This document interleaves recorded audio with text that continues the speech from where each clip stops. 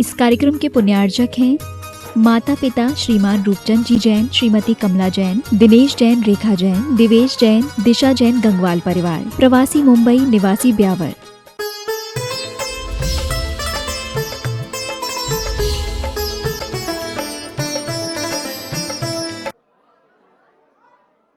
बच्चों को देखकर बड़ा प्यारा लगता है, क्योंकि बच्चे ही तो हमारे इस पूरे के पूरे देश का भविष्य होते हैं। उन्हीं के ऊपर तो पूरा भविष्य आधारित होता है। ये वो माटी है जिस माटी को आप जैसा आकार दे देंगे वो वैसी ही बन जाएगी। आप चाहेंगे तो इससे चिलम भी बना सकते हो और आप चाहो तो इससे मंगल कलश का भी रूप दे सकते हो। आपके ऊपर निर्भर है, आप चिलम बनाना चाहते हो या मंगल कलश बनाना चाहते हो। आपसे भी बोलना चाहता हूं कि आप चिलम बनना चाहते हो या मंगल कलश बनना चाहते हो। बोलो, मंगल कलश बनना चाहते हो या चिलम? मंगल कलश। क्यों? क्योंकि कलश खुद भी शीतल रहता है और जो उसके पास आता है उसको भी शीतलता प्रदान कर देता है, और चिलम खुद भी जलती है और जो उसके पास आता है उसको भी जला डालती है। इसलिए हमें चिलम नहीं मंगल कलश बनना है। और इस मंगल कलश के लिए ही अभी अपनी बात 26 जनवरी से वही 75वां गणतंत्र दिवस हम सब ने मिलकर मनाया, और एक कन्नड़ में फिर एक नए इतिहास की रचना आपने की कि उसके माध्यम से किस प्रकार से हम भारत को प्रति भारत बन सकते हैं। और आचार्य श्री जी के दिए हुए उन सूत्रों को, कल मैंने कहा था, उनकी टेबल पर अब समय सार नहीं मिलेगा, उनकी टेबल पर अब जय धौला धौला नहीं मिलेगी, उनकी टेबल पर अब सटखंडाजम नहीं मिलेगा। क्यों? क्योंकि अभी पहले हमें इंसान बनाने की जरूरत है, फिर बाद में आदमी को परमात्मा या साधु या श्रावक बनाने की। पहले जानवर से इंसान बने और फिर इंसान से श्रावक और फिर श्रावक से साधु और फिर साधु से भगवान बनेंगे। यही हमारा क्रम है, यही हमारा नियम है। इसलिए हमें नीचे से उठना है। समझ में आ रहा है? हमने कल बहुत सारे ढेर सारे आचार्य श्री जी के उन विचार पर मंथन किया और आप लोगों को सूत्र दिए थे नहीं दिए थे? उड़ना भूली सोने की चिड़िया तू उठ, उड़ जा। पीछे भी देखो, पिछलग्गू न बनो, पीछे रहोगे। खान पान हो मर्यादित शिक्षा से खानदान हो। अति संधान अनुसंधान नहीं, संधान साधो। मत दिलाओ विश्वास लौट आता। ये क्रीम कोटेशन है गुरु जी के। हाँ, विश्वास लौट आता। व्यवहार से गोबर डालो मिट्टी में, मिट्टी से सोना पालो। यूरिया राख। और अभिभावक अभिभावुक न हो, भाषा भारती बोले, भाषा भारती बोले। ऐसे अनेक और भी 650 हाइकू हैं हम सुबह से शाम तक यदि, और एक एक पर एक एक प्रवचन हो सकता है किया, सबने कर भी रहे। तो इस प्रकार से अति मात्रा में पथ्य कुपथ्य है, मात्रा मासी हो। समझ आ रहा है? हाँ, ओवर कोई भी चीज नहीं होनी चाहिए। पेट ने पीठ से जब से मित्रता की, जीव दुखी है, जीवा दुखी है जब से पेट ने पीठ से मित्रता की। समझ में आ रहा है? तो ये इस प्रकार के हैं। कल हमने मोबाइल के बारे में भी आप लोगों को बहुत विस्तार से बताया कि इस मोबाइल ने कैसे हमारी जिंदगी पर कुठाराघात किया है, और इस मोबाइल के कारण हमारे जो संस्कार हैं उनकी धज्जियां उड़ रही है, धज्जियां उड़ रही है मोबाइल पर। और मैंने चिंतन किया और उसका MOBILE ये उसकी स्पेलिंग है ना। तो एम कह रहा है कि हमारा सारा का सारा मोरल चला गया दूर, ये मोबाइल बता रहा है। मोबाइल ने हमारे मोरल को दूर कर दिया। हमारा कर्तव्य क्या है यही हम भूल चुके हैं। कोई कर्तव्य नहीं, केवल सुबह से शाम तक उसी में उलझे रहते हैं। फिर ओवे आज्ञा का सारा उल्लंघन हो रहा है इस मोबाइल के माध्यम से। It's is my personal life, पिता को और माता को ये कह देती है बेटियां या बेटे कि ये मेरी पर्सनल लाइफ है, आपको दखलंदाजी करने की क्या ज़रूरत है। जब वो 22, 23 या 25 साल के हो जाते हैं, उस समय जब वो निर्णय लेते हैं और जब सुनाते हैं, तो फिर वो कहते हैं कि ये मेरी अपनी लाइफ है, आप क्यों। बोलो, खुले आम उल्लंघन, एक नहीं सैकड़ों हजारों उदाहरण हमारे पास आए दिन आते रहते हैं, आए दिन यही केस आते रहते हैं इस प्रकार के। तो वो कह रहा है ओबे, आज्ञा का खुलेआम उल्लंघन, बी बिहेवियर चेंज हो चुका है। हमारा पूरा का पूरा दिन भर जो देखेंगे वही तो बिहेवियर होगा, हमारा व्यवहार कैसा होगा, समझ आ रहा है। अब आपने उसमें देखा, ये कोई नहीं, आप ये बताओ मोबाइल में अच्छी चीज कितनी देख पाते हो और बुरी चीज कितनी देखते हैं, समझ आ रहा है। आज तक कोई उसमें देखा कि आजादी के इस पाने में कितने लोगों को जो है फांसी पर चढ़ाया गया, बोलो। मैं आप लोगों से पूछना चाहता हूं, यहाँ ऐसा तो कोई भी नहीं होगा जिसने मोबाइल नहीं छुआ होगा यहाँ पे, और ऐसा कोई होगा भी नहीं जिसका मोबाइल का त्याग भी होगा, समझ आ रहा है। कितने लोगों को फांसी पर चढ़ाया गया, क्या आपने पता लगाया उसके माध्यम से, सब दिया हुआ उसमें, लेकिन किसी ने पता नहीं लगाया। 7,90,000 लोगों को 1857 की क्रांति से लेकर 1947 तक फांसी पर चढ़ाया गया। ये फांसी पर जो रिकॉर्ड में है वो है, जलियांवाला कांड में जो चले गए वो अलग, समझ आ रहा है, या अन्यत्र जो शहीद हो गए वो अलग, ये रिकॉर्ड में है हमारे।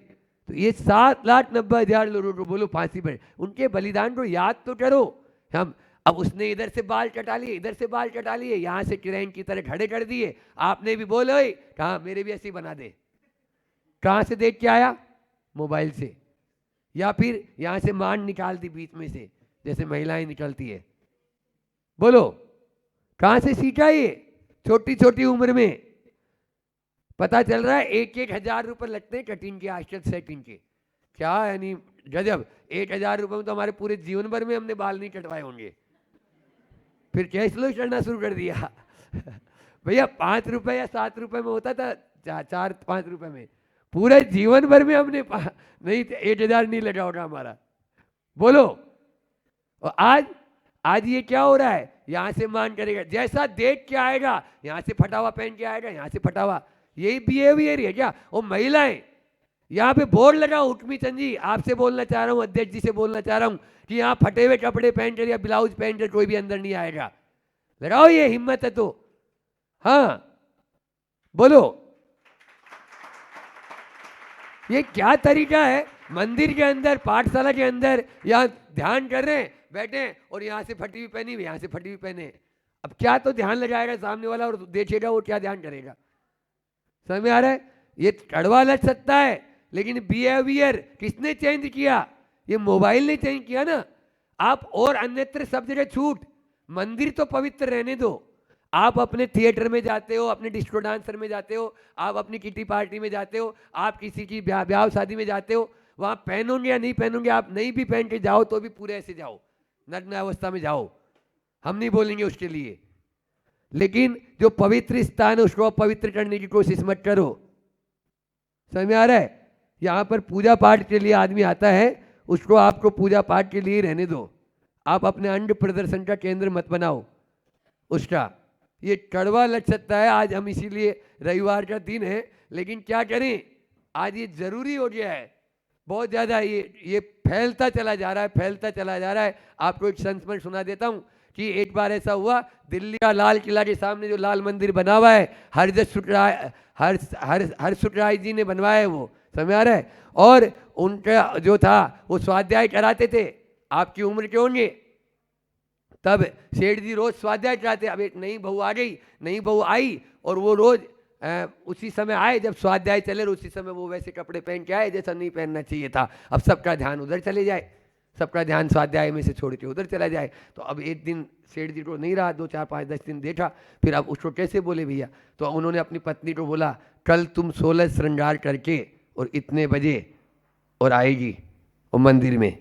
अब उसी समय वो स्वाध्याय का समय और पत्नी उसी समय, क्योंकि पति कहे और फिर श्रृंगार ना हो ऐसा तो है नहीं, तो वो पूरा सज धज के, जितना सजना था उतना सज धज के उस वो नई बहू आई थी, उसके साथ में जैसे ही दोनों का पांव मंदिर के अंदर एक साथ पांव आए, सत्य घटना, ये कोई बनाई हुई घटना नहीं है, दोनों का पांव एक साथ जैसे अंदर आया, सेठ जी स्वाध्याय की गद्दी पर बैठे हुए थे, एक कड़कते हुए आवाज में बोलते हैं, क्या ये तू, ये मंदिर है कोई, वेश्या का कोठा नहीं जो ऐसे सजदस्ती यहां पे आई है।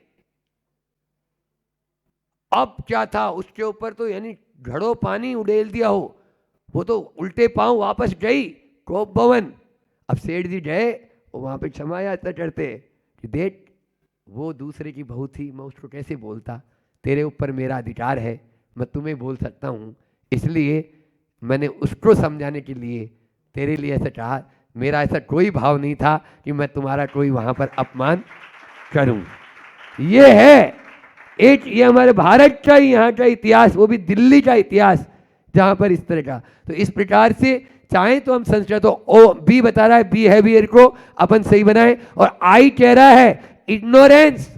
आज जानबूझकर नजरअंदाज किया जा रहा है हर बात को, आप क्या बनाया, क्या खाया, क्या पिया, कोई पता नहीं, बस मोबाइल में ही हम उलझ जाते हैं। और आई के बाद में एल, एल यानी लव, प्यार, प्यार कहाँ पर न जाने कहाँ चला गया, कोई पता नहीं, न माता से प्यार, न पिता से प्यार, न गुरु से प्यार, न धर्म से प्यार, न राष्ट्र से प्यार, न समाज से प्यार, न परिवार से प्यार, कोई प्यार नहीं रहा। एक केवल मात्र एक से रहा, क्योंकि उसी में उलझा रहता है, और वो भी कौन, मोबाइल से। और वो उस मोबाइल के चक्कर में, वो किसके चक्कर में पड़ जाता है, बोलो, विधर्मी के चक्कर में पड़ जाता है कि नहीं पड़ जाता है। लेकिन याद करो, 1 साल पहले की घटना है, शायद श्रद्धा, श्रद्धा का नाम सुना होगा आपने, सुना था, प्यार किया, क्या यही प्यार है? ऐसा ही होता है कि उस लड़की का गला दबा के हत्या की उसके ही प्रेमी ने, और इतने से भी काम नहीं चला, उसके 36 टुकड़े कर दिए उस लड़की के। क्या ये प्यार है? बोलो ना, कहां गया? ये केवल दिखावटी और प्रेमी, केवल प्रेम है ये विधर्मी के प्रति, अट्रैक्शन करने का, केवल लुभावने के तरीके से आपको उलझाया जा रहा है। इनकी कोई उम्र नहीं होती है, लेकिन आदमी उसी के अंदर पागल हो जाता है। वो पिता को छोड़ने के लिए तैयार, जिसने जन्म दिया, जीवन दिया, संस्कार दिया, वो माँ को छोड़ने के लिए तैयार, जिन्होंने सब कुछ किया, उसके गीले खुद यानी जो है ना गीले में सोई और उसको सूखे में सुलाया, लेकिन फिर भी उसके ये समझ में नहीं आया। वो किसी ने ठीक ही कहा है कि पहले माता पिता की सैया गीली रखता था, और अब माता पिता की आंखें गीली रखता है। बोलो क्या करेंगे? अब ज्यादा कर नहीं सकते, कुछ कह नहीं सकते उनसे, इसलिए अपने आप को समझने की जरूरत है। ये 75वां गणतंत्र दिवस मनाया, ई फॉर एंजॉय, आनंद तो अब गया, वो तो गायब ही हो गया है, नदारद हो गया है। तो इस प्रकार से ये मोबाइल का एम कह रहा है मोरल चला गया, ओ कहता है ओबे चला गया, आज्ञा का पालन नहीं रहा, बी कहता है बिहेवियर चेंज हो गया, आई कहता है इग्नोरेंस आ गया है, एल कहता है प्यार खो गया है, और ई आनंद हमारा कहीं चला ही गया है। ये मोबाइल का सही फॉर्म है, और इसको याद रखेंगे तो आप मोबाइल को छुएंगे नहीं। समझ में आ रहा है? इसलिए हमें क्या देखना और क्या नहीं देखना, ये हमारे ऊपर निर्भर करता है। समय आप लोगों का हो रहा है, ध्यान रखना, हम वो देखें। मैं ये नहीं कह रहा कि मोबाइल के ही द्वारा पूरा के पूरा नुकसान हो रहा है, लेकिन आज इस पूरे के पूरे संस्कारों की धज्जियां उड़ाने में मोबाइल का भी हाथ तो है, इतना तो मानना पड़ेगा। समझ में आ रहा है अपन को? अभी मैंने एक आई को सुनाया था, खान पान हो मर्यादित शिक्षा से खानदान हो। आपका खान पान जैसा होगा वैसा ही आपका खानदान होगा। समझ में आ रहा है? इसलिए हमारे यहाँ क्या खाया जाता है ये पहले है, जैसा खावे अन्न वैसा होवे मन। हमारे यहाँ कभी भी मांसाहार का उपयोग हुआ ही नहीं, होगा भी नहीं, लेकिन इनडायरेक्टली कितना सारा आ चुका है। समझ में आ रहा है? ये सब किस कारण से हो रहा है? हमारी बदलती हुई सोच के कारण हो रहा है। ये बताओ, माँ के हाथ का ताजा खाना अच्छा, या वो 6-6 महीने पुराना पिज्जा खाना अच्छा? बोलो, माँ के हाथ का ताजा भोजन करो ना। ये पिज्जा खाने की आदत कहां से डाल ली आपने, और उसमें क्या क्या मिला है? वो नॉन वेज है, पिज्जा है, बर्गर है। ये नागालैंड में जाओ, आपके यहाँ पर जैसे केले के गुच्छे लटके हुए रहते हैं, वहां पर सांप लटके हुए रहते हैं मरे हुए। क्यों? बोले इनकी सब्जी बना के खाएंगे। आप सी मत करो, समझ में आ रहा है? चाइना के अंदर जैसे आप लोग मिर्ची के पटोड़े बनाते हैं, वैसे वो चूहे के पटोड़े बनाते हैं। बोलो ना, कोरोना कैसे फैला था? चूहे के पटोड़े। क्या खाएंगे आप लोग? नहीं। क्या खा रहे हो? ये बाजार से केट ला के खा रहे हो? क्या खा रहे हो? कौन का त्याग है यहाँ पर जो आप आहार दान तो दे रहे हो? महाराज जी बता रहे हैं पानी छान कर पीने के लिए उस दिन बोला फास्ट फूड का त्याग है किसी का? बोलो एक का भी कन्नड़ में, किसी एक का भी कि बाजार का चीज बनी हुई नहीं खाऊंगा। क्या है? सोचो तो। सोचेंगे बीकानेरी भुजिया के अंदर हड्डी का चूर्ण मिला हुआ है, अजीनोमोटो। आप हल्दीराम भुजिया खाते हो नहीं खाते हो? बीकानेरी बिकाजी का भुजिया खाते हो नहीं खाते हो? एक का ले तो इसलिए आप इन चीजों से बचो। आप शाकाहारी हो, शाकाहारी और मांसाहारी में बहुत अंतर होता है। अरे एक गाय होती है, उसका भोजन क्या है? बोलो बच्चों। और एक शेर होता है, उसका भोजन क्या है? मांस। अब मान लीजिए गाय 7 दिन से भूखी है और शेर भी 7 दिन से भूखा है। शेर के सामने यदि घास रखेंगे तो उठाएगा? 7 दिन का भूखा है। और गाय के सामने यदि मांस रखेंगे तो क्या खाएगी? फिर क्या हो रहा है? जानवर ने अपना स्वभाव नहीं बदला, तू इंसान होकर क्यों अपना स्वभाव बदल रहा है? तूने अपना क्यों स्वभाव बदल दिया? वो अपना 7 दिन से भूखी है, फिर भी मांस की ओर नहीं देख रही। और तुम कोई भूखे नहीं हो, माता पिता आपको 4-4 टाइम खिला रहे हैं, फिर भी क्यों जा रहे हो होटल में? क्यों जा रहे हो आप फास्ट फूड की तरफ? ये तो सोचो। इसके माध्यम से हम अपना बहुत बड़ा अहित कर रहे हैं।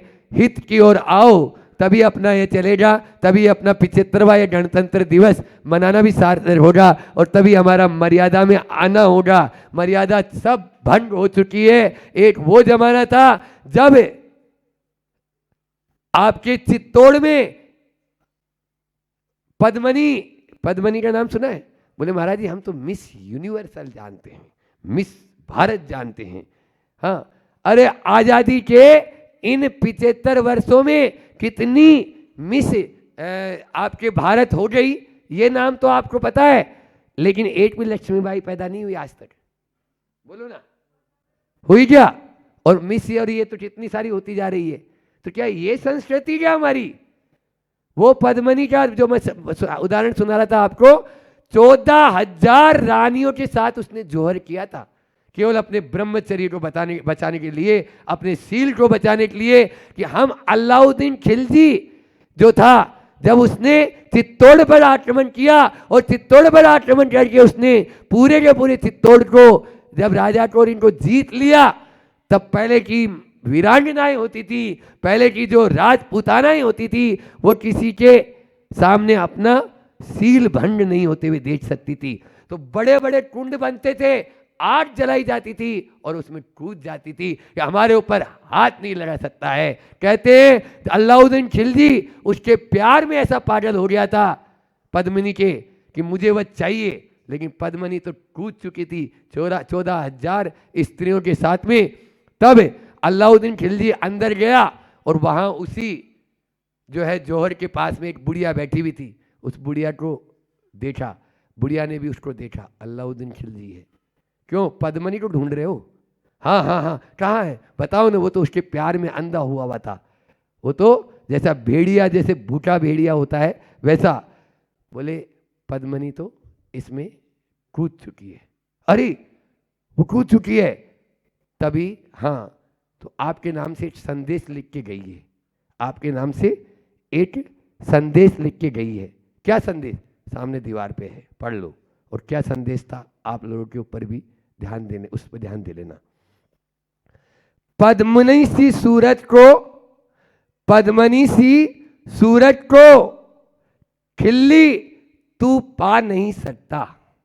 पद्मिनी सी सूरत को, आज की लड़कियों को बोल रहा हूं, पद्मिनी सी सूरत को खिल्ली तू पा नहीं सकता। ये भोजन शेर का है, इसे कुत्ता खा नहीं सकता, इसे कुत्ता खा नहीं सकता। समझ में आ रहा है?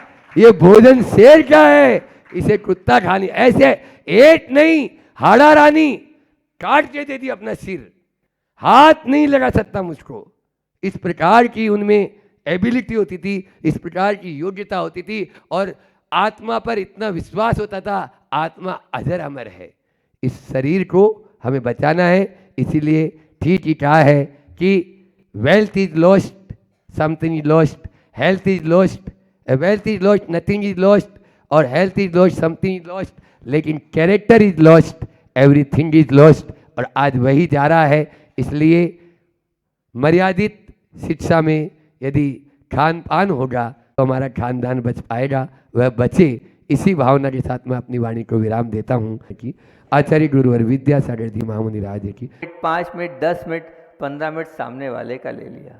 अब 15 मिनट की आपने उसके जीवन से कि समय चोरी कर लिए। क्योंकि आचार्य श्री जी सब बोलते हैं, क्या बोलते हैं आचार्य श्री जी? हमारे पास समय लेने वाले बहुत लोग आते हैं, हमारा समय पूरा ले जाते हैं। तो जो आप मानना कि पैसा है, सोना है, चांदी है, वस्तु जो चुराई है वो वापस दी जा सकती है। अगर आपको लगता है कि नहीं मैंने गलत किया है, हो सकता है आप पैसा वापस ले जाके दे दें, कोई सोना चांदी वापस ले जाके दे दें। परंतु जो आपने समय, जो मूल्यवान वस्तु थी वो वापस दे सकते हो किसी को? कोई है यहाँ बैठा जो समय वापस दे सकता है? बताओ, कोई है जो समय वापस दे सकता है? नहीं। जो आपने समय चुराया है वो तो आप 3 काल में नहीं दे सकते हैं। धन आदि से ज़्यादा समय की चोरी से बचना चाहिए। तरीका तो ये होता है, अगर आप किसी से मोबाइल पे बात कर रहे हो तो क्या आपके पास समय है? क्या मैं आपसे बात कर सकता हूँ? इतना आपके पास एक विनय गुण होना चाहिए। आप अंदर आने के पहले पूछें, क्या 2 मिनट 5? बहुत सारे लोग ऐसे भी आते हैं जो हमसे पूछते हैं, क्या महाराज जी मैं प्रश्न पूछ सकता हूँ? क्या 5 मिनट 2 मिनट का समय आप दे सकते हैं? क्योंकि अब आप ऐसा पूछ रहे हैं, और आप अगर इस प्रकार से पूछकर अगर बात अपनी प्रारंभ कर रहे हैं तो बिल्कुल आपने समय मांग के लिया है। जब आप वस्तु मांग के लेते हैं, कुछ चीज़ दूसरे की मांग के लेते हैं, तो समय पूछकर मांग कर क्यों नहीं लेते हैं? इसको भी तो मांग कर लेना चाहिए ना।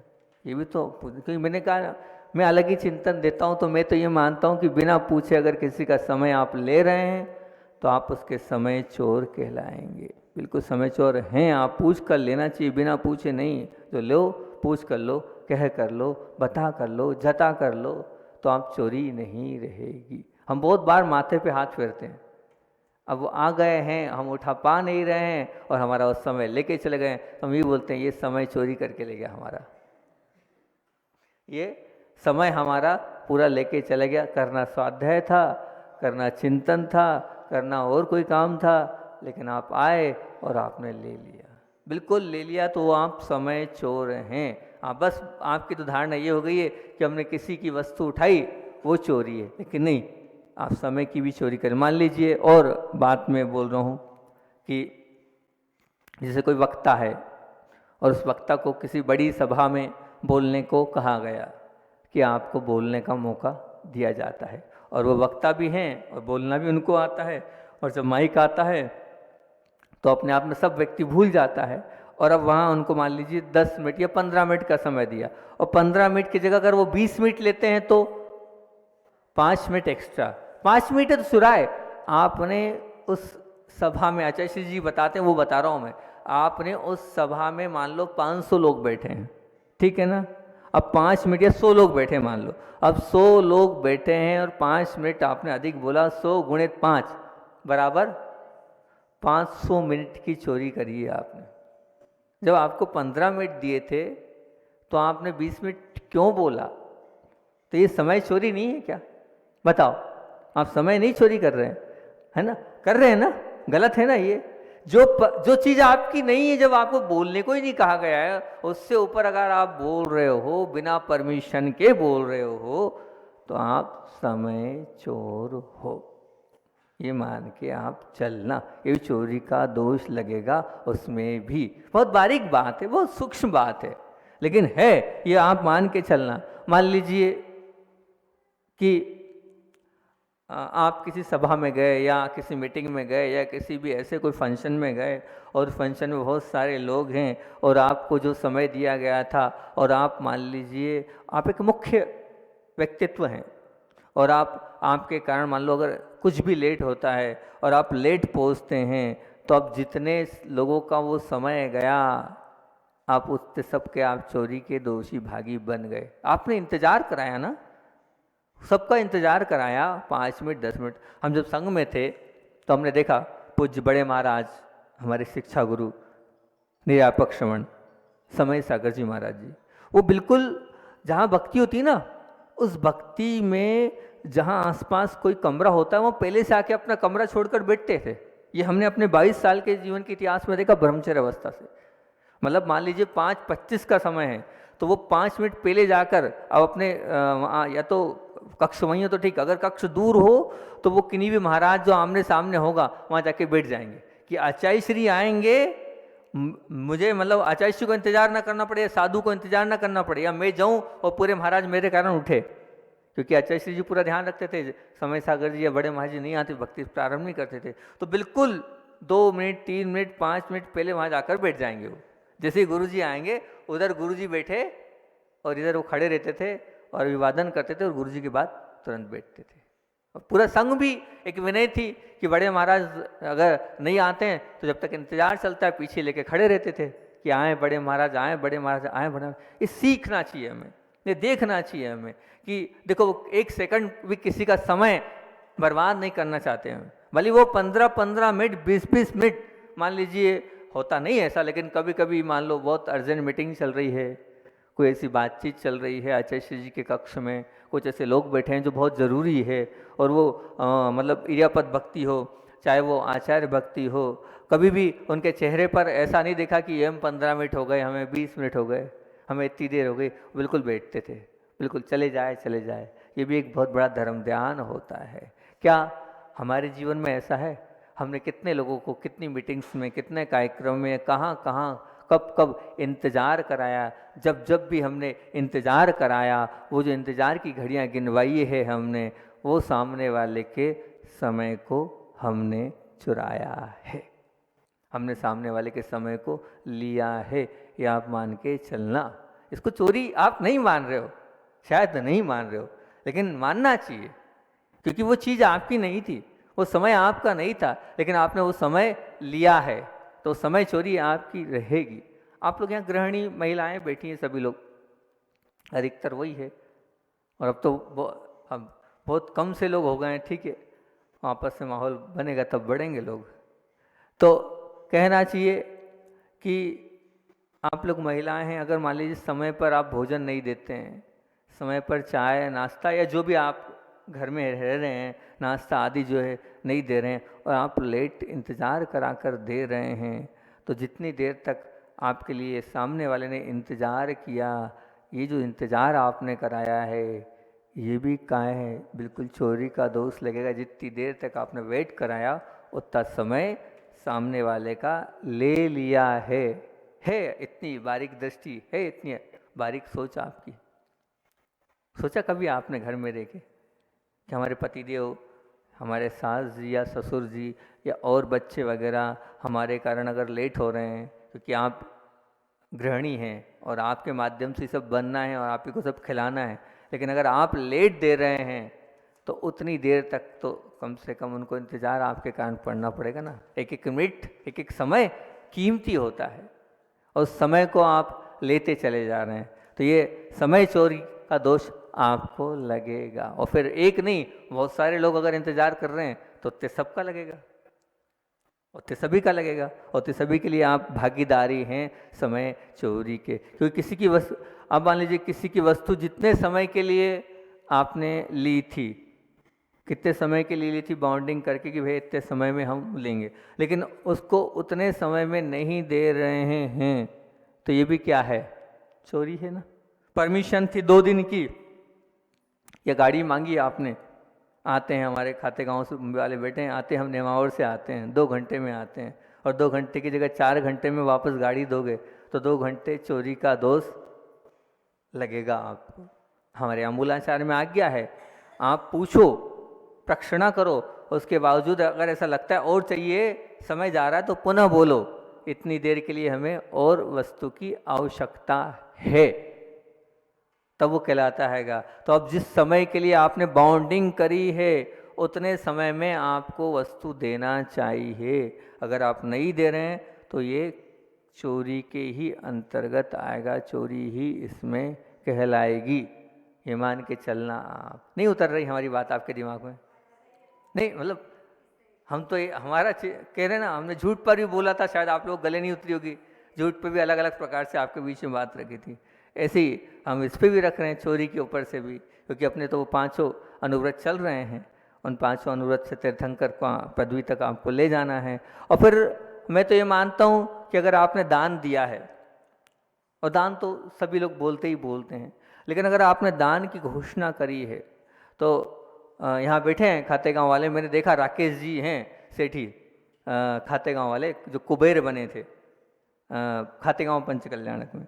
बोली का सिस्टम, एक पाटनी जी हैं, रमेश जी पाटनी, अब नहीं रहे, उनका भी देखा, राजेश पाटनी, उनका भी देखा कि इधर उन्होंने बोली और उधर वो थैला लेके पहुंच जाते हैं, कोई मतलब नहीं, हमने बोला है, हम निर्माल्य को नहीं रख सकते, बिल्कुल नहीं रख सकते। और फिर भी आप अगर कंडीशन रखते हैं कि इतने समय में हमें देना है, तो भी कोई बात नहीं है, आगम की आज्ञा है, बड़ी बड़ी बोलियां होती हैगी, और बड़ी बड़ी बोलियां होती है, तो अगर आप अपनी उसमें रखते हैं कि साल 2 साल 5 साल, लेकिन जितने समय में आपने बोली को बोला है उतने समय में देना चाहिए, नहीं तो वो एक मान के चलना, उतना धन निर्माल्य तो ही, लेकिन चोरी का भी दोष लगेगा, उतना आप ये मान के चलना, वो चोरी का भी दोष लगेगा। ये बिल्कुल सत्य हम आपके बीच में रख रहे हैं, क्योंकि क्यों, वो पैसा उतने समय के बाद फिर क्या है, आपने ले रखा है तो चोरी ही तो कहलाएगी। मैंने एक सज्जन को देखा, वो इतने इस प्रकार से थे कि वो भूल गए अपनी डेट, मतलब ऐसा था नहीं उनका भाव, लेकिन वो भूल गए देना। जब वो देना भूल गए तो उतने समय का ब्याज उन्होंने दिया। उनका कहना ये था कि ये सब पैसा जब मैंने जितने समय में देना चाहिए था उतने समय में मुझे देना था, लेकिन मैं उस पैसे को नहीं दे पाया हूँ। अगर नहीं दे पाया हूँ तो मुझे क्या करना चाहिए, मुझे उसका जो है जितना ब्याज बनता है, जो ब्याज मार्केट में चलता है, उस ब्याज को उन्होंने पूरा पूरा भरा हैगा। ऐसे ऐसे लोग होते हैं, तब आप कहीं चोरी के उस दोष से बच सकते हैं, चोरी की उस बात से बच सकते हैं कि हाँ ये गलती हो गई। एक दिन वो महाराज जी ने सुनाया था ना कि पारोला जो हम गए थे पंचकल्याणक के लिए, तो जो पारोला पंचकल्याणक हुआ है, बड़ा ही ऐसा मंदिर बना है कि इतिहास पारोला वालों के, मतलब वालों नहीं, पारोला वाले एक ही सदस्य ने लिख दिया। पूरा मंदिर नींव से लेकर शिखर तक उन्होंने बनाया, और शिखर बनाने के बाद और पूरा सब कुछ उनका था, 1 रुपया किसी से नहीं लिया। और उसके बाद पूरे गांव में गए झोली फैलाकर, पति और पत्नी दोनों, और दोनों ने ये कहा अब हमारे पास सीढ़ियों के लिए पैसा नहीं है, कलश के लिए पैसा नहीं है, पैसा दो पैसा दो पैसा दो। ऐसी झोली हर घर में जाकर गए, और हर घर में दोनों पति पत्नी गए और पैसा मांग कर लाए कि आप दो आप दो आप दो, जिसको जो देना है दो। और मांगे तो 100-200 के लिए गए थे, और कोई आवश्यकता भी नहीं थी, लेकिन उतने 5-6 लाख रुपए इकट्ठे करके झोली में आ गए थे। पूरा ऐसा उनका समर्पण था। और उसके बाद ये तो ठीक है कि जब पंचकल्याणक हुआ तो मेरे हिसाब से वो पंचकल्याणक अलौकिक पंचकल्याणक था। पूरी पंचकल्याणक में कोई बोलियां नहीं, कोई भी बोली नहीं, सब बोले जो खर्चा होगा 50, 60, 70 लाख का जो पूरा खर्चा था उन्होंने स्वयं उठाया, स्वयं किया। बोले नहीं, जो पूर्व में होता था ना, एक व्यक्ति पंचकल्याणक कराता था, तो ऐसे एक व्यक्ति ने पूरा पंचकल्याणक कराया। और कराने के बाद तीसरा और अनुपम ये था कि उन्होंने बाहर लिख दिया एक शिलापट्ट, ये जो मंदिर है ये बनाया है और समाज ने बनाया है, और समाज का ही मंदिर है और समाज के लिए ही समर्पित है। मैं तो इसकी सेवा कर रहा हूँ, उसकी सेवा का मुझे मौका मिल रहा है। मेरे मंदिर में कोई बोलियां नहीं होगी, बस त्याग की बोली होगी। जिसको नियम लेना है, तप लेना है, वो ले बोली और करे शांति धारा। एक आदर्श उन पारोला वाले अजीत जी ने और उनकी धर्मपत्नी ने प्रस्तुत किया, अच्छा लगा। और पूरा मंदिर, पूरे भगवान बनाने का सौभाग्य हमें प्राप्त हुआ था। उस पूरी ड्राइंग वगैरह हमने तैयार करी थी, लेकिन उनका वो देखकर बात इसलिए याद आई थी कि महाराज जी के मुख से, सन्नान सागर जी के मुख से सुना था कि प्रमाण सागर जी महाराज जी के यहाँ वो जाते थे। सुनना बहुत ध्यान से, आप लोग भी जाते हो साधुओं के यहाँ चौका लगाने, सभी लोग जाते हैं लगभग। आप लोग धर्मात्मा हो तो जाते ही हो, कोल्हापुर वाले बैठे हैं तो भी जाते हैं। तो अब वो गए और जाने के बाद हुआ ये कि उन गए तो थे 15 दिन, महीने भर वहाँ रहे शिखर जी में। और शिखर जी में जब रहे तो एक चम्मच ज़्यादा आ गई थी, एक चम्मच उनके पास, उनको लगा ये शिखर जी संस्था की गुणायतन की चम्मच आ गई है। उन्होंने एक क्षमा का पत्र लिखा कि ये चम्मच हमारे माध्यम से और इतने गलती से आ गई है और हम क्षमा चाहते हैं। और क्षमा पत्र भी लिखा और पत्र के साथ कुछ राशि भी भेंट मतलब दी कि इतने दिन का इसका शुल्क बैठता है, हम इस शुल्क को भी प्रदान करते हैं, कृपया आप क्षमा प्रदान करना। एक छोटी सी चम्मच, मुझे चोरी का दोष ना लग जाए, क्योंकि गलती वो ऐसे लाए नहीं थे, गलती से आ गई थी और गलती से आ गई थी उसको भी उन्होंने इस प्रकार से स्वीकारा, इस प्रकार से माना, इस प्रकार से समझा और एक पत्र और साथ में राशि लिखकर पूरी की पूरी वहाँ पर दी। ऐसे भी लोग होते हैं जो इतनी बारीकी से ध्यान रखते हैं। वो चोरी की बात आगे सद्गुण चोर है, लेकिन अपना समय तो हो गया है। सद्गुण चोर पर भी अलग ही प्रकार का चिंतन आप लोगों के बीच में रखूंगा। क्या वो सद्गुण चोर होता है, किस प्रकार के वो सद्गुण चोर होते हैं, वो बात आप लोगों से कल रखूंगा। आचार्य भगवान का संस्मरण तो प्रतिदिन आपको सुनाता ही हूँ, उससे ही बात को विराम देता हूँ। आचार्य भगवान की बात आप लोगों के बीच में रखता हूँ कि आचार्य भगवान की कैसी सरल सहज एक प्रवृत्ति थी। पूज्य मुनिवर निर्वेक सागर जी महाराज जी ने अपने मुखारबिंद से बात बताई कि जब 1997 में नेमावर में जब चल रही थी तो बात ही बात और चर्चा ही चर्चा में गुरुदेव के मुख से निकला कि जब आचार्य भगवान किशनगढ़ में थे तो ज्ञान सागर जी महाराज के पास जब थे तो उन्होंने सवारी का त्याग करा था। सभी लोग जानते हैं कि सवारी का त्याग करा था, क्योंकि उन्होंने कहा शिक्षा लोगे विद्याधर हो और उड़ जाओगे। तो अब सवारी का उन्होंने त्याग किया था। अब हुआ ये कि एक सज्जन के यहाँ भोजन के लिए निमंत्रण था तो गए, और वो लगभग 4 से 5 किलोमीटर दूर था। और जब उन्होंने देखा कि 4-5 किलोमीटर दूर भोजन के लिए जाना है तो एक उसको कहते हैं तांगा, जो घोड़े से चलता है सवारी वाला, उसमें वो बैठे और बैठ के गए और भोजन करके वापस आए। जब वो वापस आए तो वापस आने के बाद जो एक शावक थे उन्होंने कहा कि ब्रह्मचारी विद्याधर जी का तो सवारी का त्याग था, फिर ये सवारी में बैठ के कैसे गए और कैसे भोजन करके आए। जब विद्याधर जी से पूछा तो विद्याधर जी बोले कि तांगा भी सवारी में आता है क्या, तांगा भी सवारी में आता है क्या, मुझे नहीं पता था। और मेरा तो इतना ही सवारी का त्याग था कि बस मुझे गुरु को छोड़कर कहीं नहीं जाना है, इतना ही मेरा सवारी का त्याग था, मुझे नहीं पता था कि ये भी सवारी में आता है। ऐसी सरलता और सहजता थी। तो आचार्य ज्ञान सागर के चेहरे पर अपने आप मुस्कुराहट, वहाँ जितने लोग थे वो मुस्कुराने लगे। बोले गुरुदेव मैंने तो इतना ही त्याग किया है कि आपके चरणों को छोड़ कर नहीं जाऊँगा, अब आगे तभी ध्यान रखूँगा कि कहीं अगर ऐसा जाना हो तो सवारी का भी उस पर भी मैं नहीं बैठूँगा। ऐसी सरलता, सहजता, ऐसा भोलापन पूज्य गुरुदेव के अंदर था। ऐसे सरल भावों से ओतप्रोत गुरुदेव थे। बोलिए आचार्य भगवान विद्यासागर जी महामुनि राज की।